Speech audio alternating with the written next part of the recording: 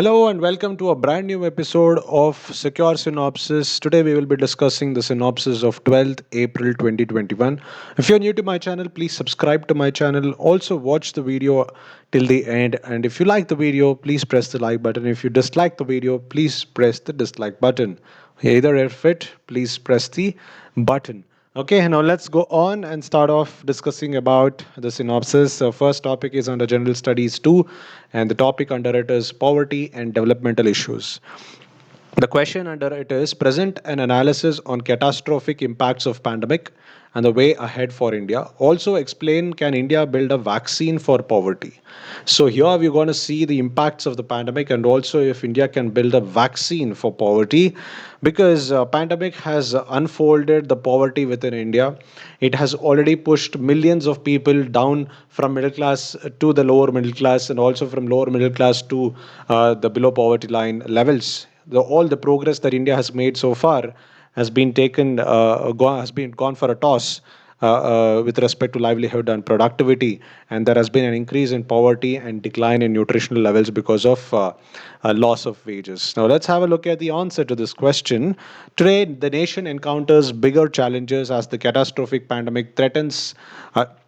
Achieved progress in poverty eradication while deepening existing inequalities and uncovering the fragility of the systems. Early impacts of the pandemic induced lockdown indicate that the resultant economic distress is exacerbating, which means it is increasing to the pre existing structures of disadvantaged based on social identity. The catastrophic impacts of the pandemic in India are a key element of pandemic control strategy everywhere was to shut down economic and social activity and to impose social distancing with varying degrees of strictness. India's lockdown, imposed in the last week of March 2020, was among the most stringent one. The first month of the severe lockdown, that is April 2020, witnessed a sharp rise in unemployment to nearly 23%. A new study by the Pew Research Center estimates that the middle class may have shrunk by 30% and ranks of the poor risen by 7.5 crore. The pandemic led lockdown measures resulted in shut businesses and lost jobs, sinking the Indian economy. However, the brunt of jobs and income loss has been disproportionately borne by the lower income population. Domestic burden women are already burdened with three times more unpaid work than men. During lockdowns, the burden increases manifold. Education UNESCO estimates that 1.25 billion students are affected by this pandemic, posing a serious challenge to the attainment of Goal 4, which is the quality education. Now, what goal are we talking about here? It is the Sustainable Development Goal.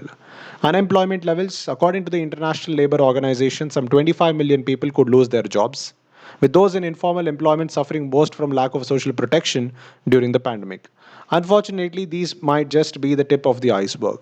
India has been slipping on hunger, poverty, and income inequality indicators. The Global Hunger Index 2020 report ranked India at 24 at 94 of 107 it mapped for the 2020 report. The significant and increasing divergence between the income gap of the rich and the poor sections appears to be the prime cause for inequality differences. Now let's have a look at India's vaccine for pandemic of poverty. India should consider fixing a universal basic income in the post-COVID period through a combination of cash transfers, expansion of Manrega, and introduction of an urban employment guarantee scheme. For example, the Congress party has a scheme called Nyay, wherein it is distributing about 6,000 rupees per family every month, which is adding up to 72,000 a year. So this kind of cash transfer can actually boost the economy because consumptions will start and it will sustain the nutrition levels of this below poverty line population. It must focus to steadily improve the Human Development Index score. India has been ranked 139 out of 149 countries in the UN World Happiness Report 2021. It should strive to improve GDP per person and a healthy life expectancy. India, in the long run, should invest and build efficient and equitable health, education, infrastructure, and water resources. Capitalization via skill building and profitable resource expansion looks like the road ahead. India should be concerned about the loss in the economic momentum and make poverty eradication the prime agenda of discussion. Forthwith, developing a vaccine for poverty is what is required for India to walk on the path of economic prosperity.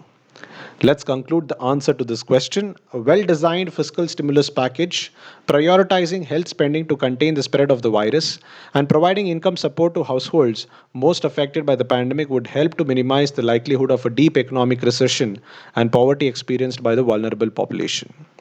Let us move on to the next topic under General Studies 2. The topic is government policies and intervention for development in various sectors and issues arising out of their design and implementation. The question under this topic is the refugee crisis post Junta crackdown in Myanmar brought the debate back on the flaws of refugee protection policies and framework in India. Comment.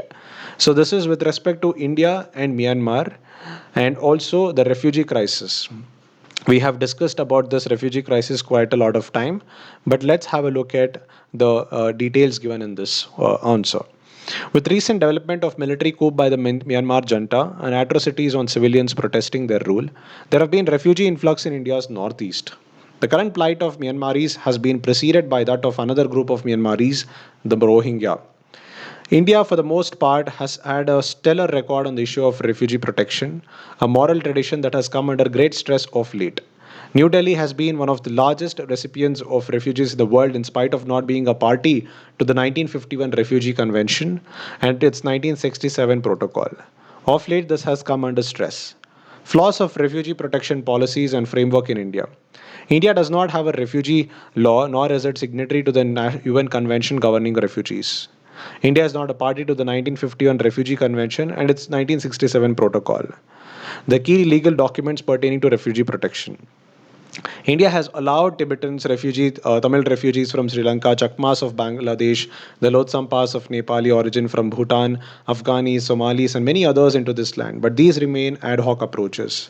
This has been sought to be addressed for six minority communities of Pakistan, Bangladesh, and Afghanistan in a long-term manner by the controversial Citizenship Amendment Act. However, the CAA does not cover many of these cases, such as those fleeing Myanmar now or issue of Rohingyas. There is no clear distinction between illegal migrants and refugees. They get jumbled up in the political discussions in India. This is because, as per Indian law, both categories of people are viewed as one and the same and are covered under the Foreigners Act 1946, which offers a simple definition of a foreigner. Foreigner means a person who is not a citizen of India. India is legally ill equipped to deal with them separately due to lack of legal provisions. The absence of such a legal framework also leads to policy ambiguity, whereby India's refugee policy is guided primarily by ad hocism, which, of course, often has its own political utility. Need for a new framework to address refugee crisis in India. The answer perhaps lies in a new domestic law aimed at refugees. The said domestic refugee law should allow for temporary shelter and work permit for refugees. This is crucial because, in the absence of proper legal measures, refugee documentation, and work permit, refugees may end up becoming illegal migrants using illicit means. Put differently, the absence of a refugee law incentivizes legal immigration into the country. New Delhi must also make a distinction between temporary migrant workers, illegal immigrants, and refugees and deal with each of them differently through proper legal and institutional mechanisms. Our traditional practice of managing these issues with ambiguity and political expediency has become deeply counterproductive. It neither protects the refugees nor helps stop illegal migration into the country. A national mechanism needs to be developed which goes beyond short term measures and takes into account a needs based assessment of how best to handle rapid outflows of persecuted persons. India must also consider to become part to non refoulement, which will reinforce its place in the UN Human Rights Council. Any decisions of the Indian government to grant refugee or asylum status cannot be isolated from its international responsibility under the Universal Declaration of Human Rights, the Convention on the Reduction of Statelessness, and the Convention on the Rights of Child, of which India is a signatory. Concluding it, additionally, resettlement efforts must be made within the country from which such refugees arrive with after strife is over. Resettlement engagements may be also undertaken between India and other affluent countries that have better physical and economic infrastructure so that refugee influx is better managed and does not cause a permanent strain on the resources of India. Now, going on to the next topic under General Studies 3, the topic is Conservation, Environmental Pollution and Degradation, Environmental Impact Assessment. Now, let's have a look at what are green bonds. In what way can they prove to be a gateway for environmental friendly investment in the country? Discuss merits and demerits. So this article explains that the center and states must tap into green bonds. Now let's have a look at what these green bonds actually are. A green bond is like any other regular bond, but with one key difference. The money raised by the issuer are earmarked towards financing green projects, that is, assets or business activities that are environment friendly. Such projects could be in the areas of renewable energy, clean transportation, and sustainable water management. For example, water harvesting plants or water treatment plants or solar panels and wind energy kind of things. Tidal energy can also come into this picture. Clean transportation, for example, CNG run buses, electric buses, and all of those things. Let's have a look at the trends in green bonds. Green bonds have been gaining traction among governments worldwide for mobilizing resources for green projects or refinancing them. Since the first sovereign issuance by Poland in 2016, 22 countries have issued sovereign green bonds, raising more than $80 billion. Despite the pandemic, the market for sovereign green bonds remained resilient in 2020, with both new issuance and reopenings. The year ended on a high, with UK announcing its plan for its first ever sovereign green bond issuance in 2021, and the Kingdom of Thailand tapping its earlier issuance to raise an additional 20 billion. 20 billion Thai baht. That is about $665 million to finance a rapid transit, mass transit line in Bangkok. Now let's have a look at the merits and demerits of green bonds. Let's have a look at the merits of green bonds. Green bonds enhance an issuer's reputation as it helps in showcasing their commitment towards sustainable development. It also provides issuers access to a specific set of global investors who invest only in green ventures. With an increasing focus of foreign investors towards green investments, it could also help in reducing the cost of capital. Green bonds typically carry a lower interest rate than the loans offered by the commercial banks. An important feature of green bonds is that the responsibility of repayment is with the issuer and not with the firm that is utilizing the funds in green projects. Green bonds expand the quantum of clean energy finance and broaden investor base. Ability to meet commitments for signatories to climate agreements and other green commitments. Green bonds could support India and India's aims to install 175 gigawatts of renewable energy by 2022, which will require an estimated $264 billion of investments. Demerits of green bonds. There have been serious debates about whether the projects targeted by green bond issuers are green enough because the proceeds of green bond were being used to fund a dam project that hurts the Amazon rainforest in Brazil. Lack of credit rating or rating guidelines for green projects and bonds. Lack of historical trends on the bond performance. Green bonds in India have a shorter tenure period of about 10 years in India, whereas a typical loan would be for minimum 13 years. Buyers of Indian green bonds may not invest in any bonds that are rated lower than AAA. Lack of green bond standards, low credit rating of potential issuers, and higher cost of issuance. Limited large credit worthy investors, limited set of green investors, limiting demand for green bonds to infuse new capital to scale the renewable energy market. Potential in India. With 300 clear sunny days, over a dozen perennial rivers, and a coastline of more than 7,500 kilometers, India, since the age of Puranas, had realized the importance of the sun and other sources of renewable energy and the power they possess for the benefit of its inhabitants. India's green bonds market is still nascent. The country's first green bonds were issued as recently as 2015. Cumulatively, India has raised over $6 billion via green bonds, of which one third were issued in 2017. SEBI's indicative list includes renewable and sustainable energy such as wind and solar, clean transportation, sustainable water management, climate change adaptation, energy efficiency, sustainable waste management, and land use and biodiversity conservation. Now let's have a way forward for India. In India, banks and non-banking financial companies have traditionally been the primary sources of green infrastructure funding, but they have a limited appetite for long-term debt due to the asset liability mismatch. Also, the current regulatory restrictions allow insurance companies and pension funds to invest only in AAA rated bonds. This regulatory framework should change in order to provide a fillip for green bond issuances. To deepen the green bonds market in India, the government should actively consider making them tax free. Tapped astutely, the Smart Cities project can attract huge capital from these bonds. A conducive and transparent regulatory environment can unlock the full potential of green financial strategies in India, helping the country achieve its Paris Climate Accord targets. International Solar Alliance could provide needed support mechanisms to grow the green bonds market in India and internationally. The Ministry of Finance plays an important or an active role in attracting both issuers and investors to green bonds by providing tax free bonds. Decentralized renewable energy solutions such as mini grids and rooftop solar, where the grid can't reach or reliably serve, and operating together as the most sustainable last mile solutions to reach consumers and achieve universal access to energy. Going green is no longer jargon but an imperative of the times we live in. All stakeholders, the government, companies, or banks, individuals, must collectively own the responsibility to conserve the environment for our future generations. Let's conclude this answer. Green bonds act as an effective tool to tap climate funds from developed countries under Paris Accord. Collective participation of regulators, policymakers, corporate and financial institutions is going to be crucial in pushing frontiers of green bonds further, leverage a wider investor base such as pension funds, sovereign wealth funds, and insurance companies. Now let's move on to the next topic under Indian economy and issues relating to planning, mobilization of resources, growth, development, and employment. Under this, the question is analyze the features of IBC Amendment Ordinance 2021 in providing relief to MSME sector in India. What are we going to talk about in this question? It is Insolvency and Bankruptcy Code and its amendment through an ordinance in 2021, which will be providing a relief to MSME sector in India. The MSME sector is the fulcrum of the Indian economy, since it plays a pivotal role in providing large scale employment and is the engine of industrialization of the rural and backward areas.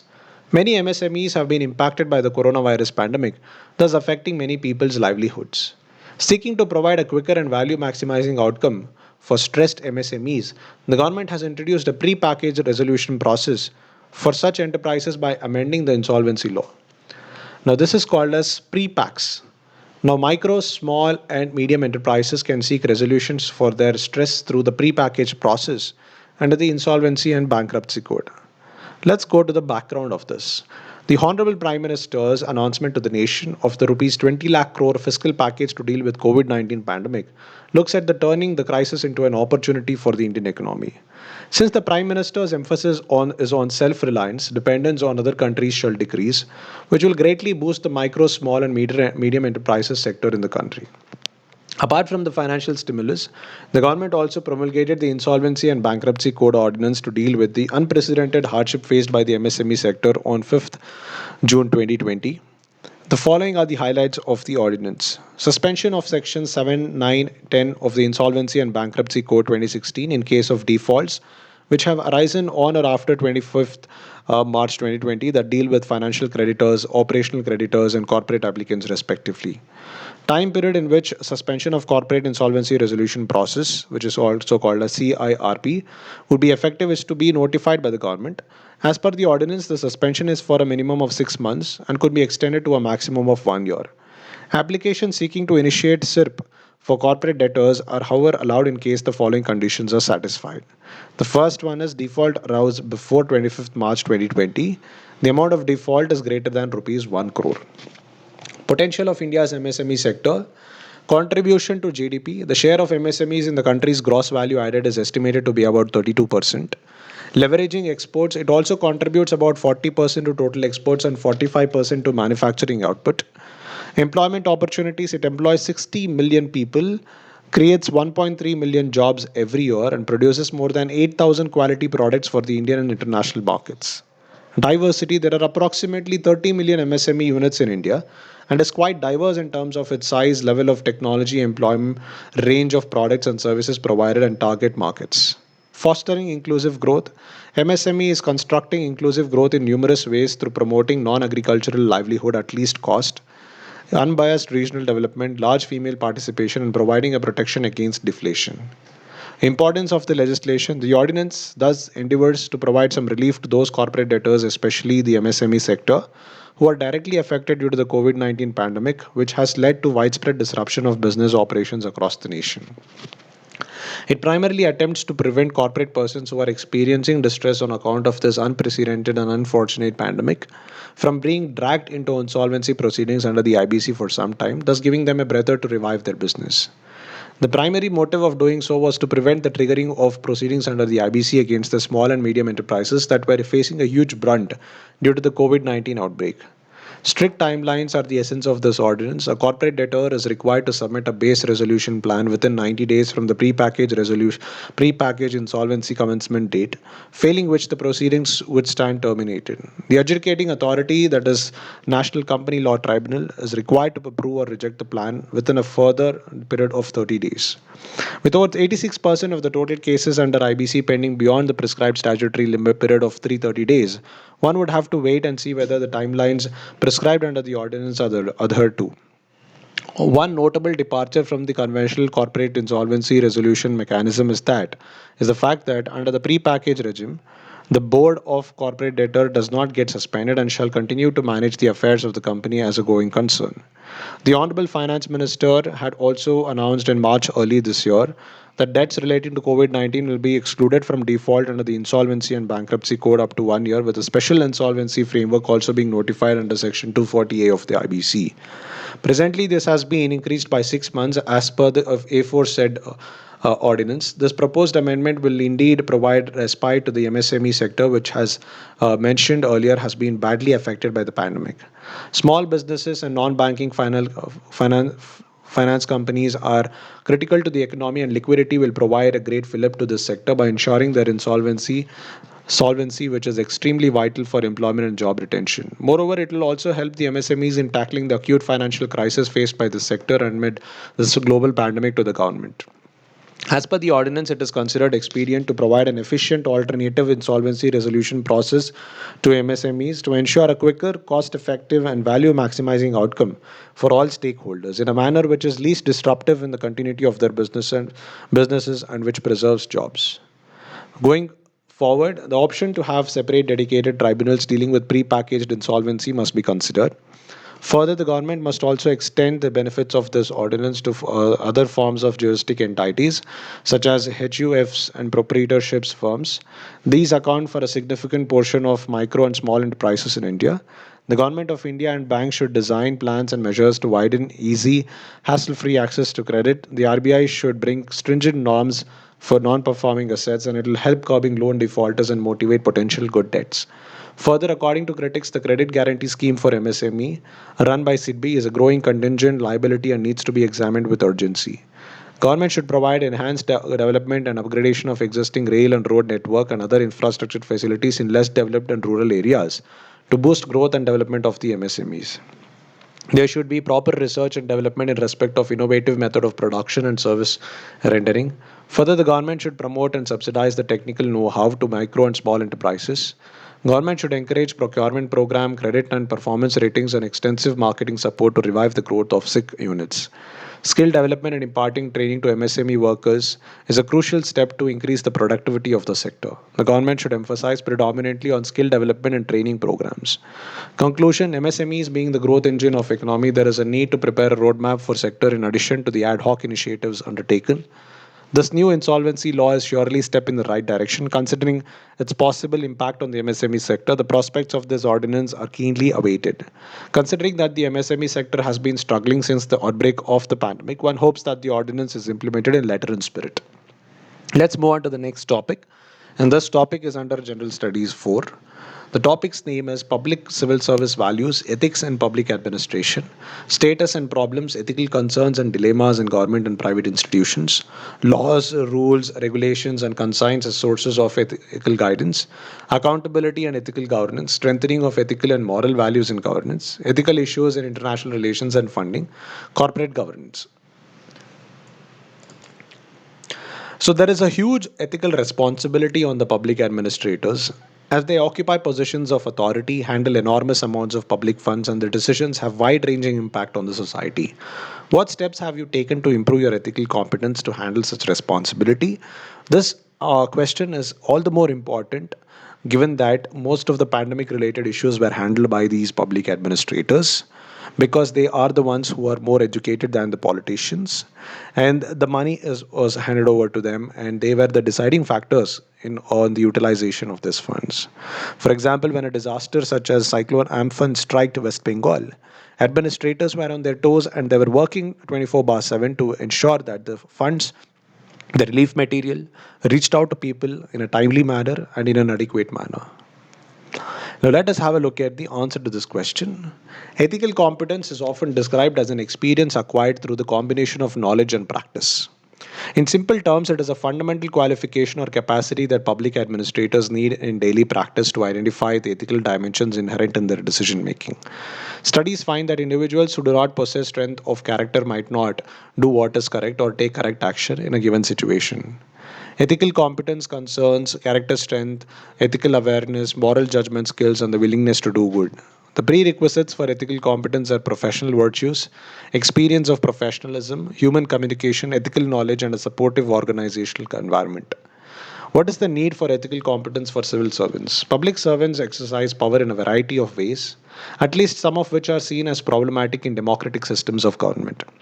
The ethical standards according to which they do so are likewise problematic for reasons related not only to compliance but also to the competent identification in each case of the ethics problem itself.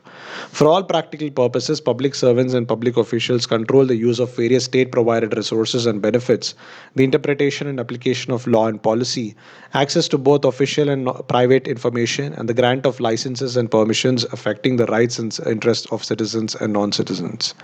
They exercise discretionary powers which can impact on the processes of governing, both for themselves and for the officials. The typical modern public servant works at implementing government policy, policy development or application, providing expert advice of various kinds of governments, elected officials and the public, or at case-based decision making at some level involving the discretionary application of agency policy rules and precedents. Meeting the demands of procedural and substantive fairness, due process, and the exercise of discretionary judgment are seen as providing fertile ground in which for ethical dilemmas may grow. Taking into account of the public interest is generally demanded, and this requirement has long provided a contextual factor of greater difficulty for officials faced with the inherent conflict of loyalties. Measures to improve ethical competence are as follows. Civil servant needs to take pride in integrity and procedural integrity. This will help in valuing taxpayers' hard-earned money and ensure proper utilization of funds. There is need to create some sense of responsibility among civil servant, wherein they understand that power is not a privilege and need to keep away from usurpation of power. There is also a need to promote values learned by the lives of great leaders like Mahatma Gandhi, Mother Teresa. Civil servant also needs to follow the principle of sustainable development and trusteeship so as to help India achieve common future or sustainable future targets. The techniques of attitude and behavioral change like cognitive appeal, emotional appeal needs to be adopted. Further, serving a civil servant need to be advised to practice code of ethics and code of conduct. Concluding the answer to this question, a public servant needs to be ethically competent. An ethically competent public servant has commitment to high standards of personal and professional behavior, has knowledge of relevant ethics, codes, and laws, has the ability to engage in ethical reasoning when confronted with challenging situations, acts ethically and promotes ethical practices and behavior in public agencies and organizations. Accountability and transparency are essential to sound governance and public administration. So are sound ethical behavior and professional performance with high competency and efficiency. Let's move on to the next topic, that is ethics and human interface, essence, determinants, and consequences of ethics in human actions, dimensions of ethics, ethics in private and public relationships, human values, lesson from the lives and teachings of great leaders, reformers, and administrators, role of family, society, and educational institutions in inculcating values. Under this, the question is, as human beings, our greatness lies not so much in being able to remake the world. This is the myth of the atomic age, as in being able to remake ourselves. Mahatma Gandhi comment from ethical perspectives. So this was the quote by Mahatma Gandhi, and let's have a look at the explanation of this quote. Today, human beings are the only dominant species on Earth that are dominating the planet. The world is under the making from several eons. However, the moral quotient has been continuously depreciating due to the greed. Our greatness lies not in the fact that we have such advanced technology that can wipe living organisms on the face of Earth. Rather, it is to change from within, which might be revolutionary in making the world a better place. Human beings in general might feel like our actions are insignificant when compared to the 7 billion population on Earth. Indeed, some nations and individuals are more powerful than others, but it is Gandhiji himself that also said that be the change you wish to see in the world. It may seem that what we are doing is of no value. People also believe that there is too much bad in the world, it will never change. Instead of focusing on changing the world, Focus on changing ourselves. Set goals for how one can improve. If we could change any bad habit of myself, what should it be? Introspection of us, of our actions, can give us answers, and work on remaking your ourselves first. For example, environmentalists are exhorting humans towards sustainable development. Considering the issues to be solved, one may feel they cannot contribute to it, but we can still make a difference. Stopping plastic use, for instance, can do a great service to planet Earth. This means that we must set an example and implement the right kind of changes in order to make the world a beautiful place. In other words, if we want to remake the world, we should be the one to do it first for ourselves. When we want others to follow a good habit and we insist on it, first of all, we should follow that habit. Leading by example would be the start of a change. For example, only when we are punctual, we can teach others on values of punctuality. That is how others will accept the change. Thank you so much for listening to this wonderful video. I hope you liked the video. If you like the video, please press the like button. If you dislike the video, you can also press the dislike button, but ensure that you press some button or so. Thank you so much for being part in this video and listening to this entire lecture. And we'll meet up in the next video. Until then, goodbye. Take care. All the best.